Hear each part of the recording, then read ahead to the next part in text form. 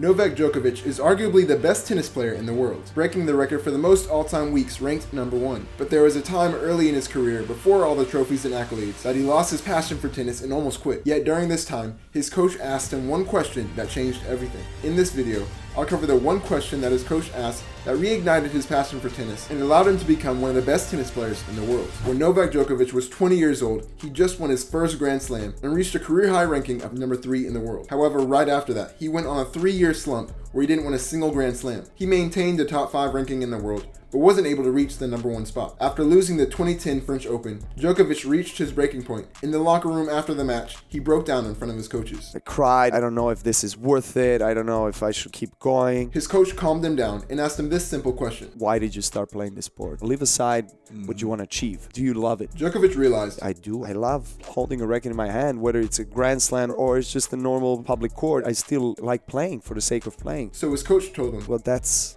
what you need to tap into. Literally the next day, a day after almost quitting the sport he loved, he was back at training with a renewed passion. And the rest, as they say, is history, as he broke record after record and won trophy after trophy. The source that Djokovic tapped into was his childlike love for the sport that had previously pulled him back to the courts every day. Often as athletes, we focus on what we can achieve, and it's fun in the short term, especially if we're winning. But after a while, it gets old, because even if we win a trophy, we just know there's another one waiting for us. This is what causes us to burn out and quit prematurely, because we've lost our passion for it. I was playing for the wrong reasons. I was playing because I wanted to achieve, to lift trophies, and that's okay, but that's secondary. The mindset of a loser places their joy in winning, which is unsustainable, because if you don't win, which happens pretty often, you'll quit after failing and won't have the drive to keep going. Or if you win, you'll probably quit early on as well, because winning every time would get boring after a while. The mindset of a winner places their joy in performing. They love to play their sport. This way, no matter whether they win or lose, they enjoy pushing themselves and competing, which allows them to sustain a high level of performance long term. The primary motivation needs to be what inspired you to start playing, what made you fall in love with the sport. You'll return to training and competition even after tough workouts and painful defeats. You'll keep trying month after month,